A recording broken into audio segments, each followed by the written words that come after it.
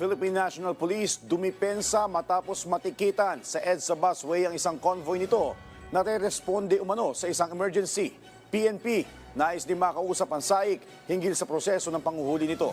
Si Ryan Lesigue sa sentro ng Balita Live. Ryan?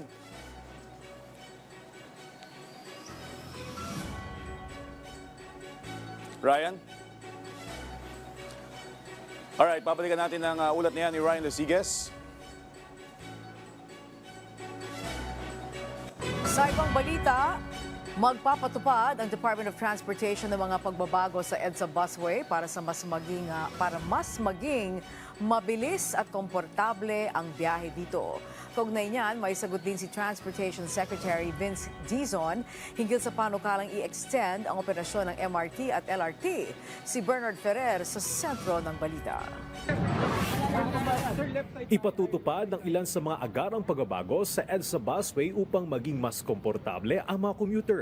Sa unang araw ng panunungkulan ni Transportation Secretary Vince Dizon, personal niyang sinubukan ang pagsakay sa EDSA busway mula Ortigas patungong monumento upang makita ang mga problemang kinakaharap ng mga commuter.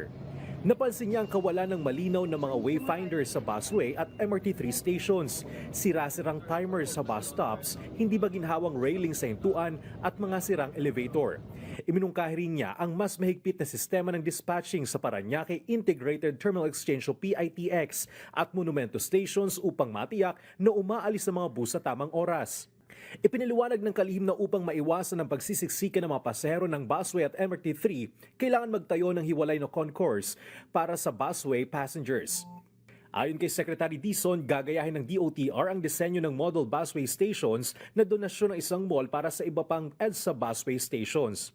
We're going to start the process of bidding out for the improvement of the stations for this year.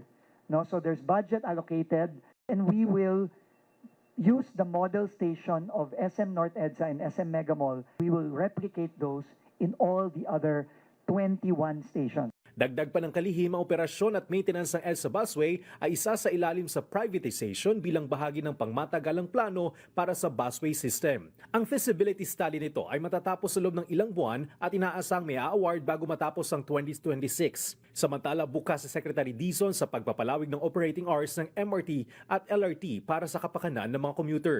Ang pinakamadaling paraan niya ang pagdaragdag ng 2 oras sa operating hours.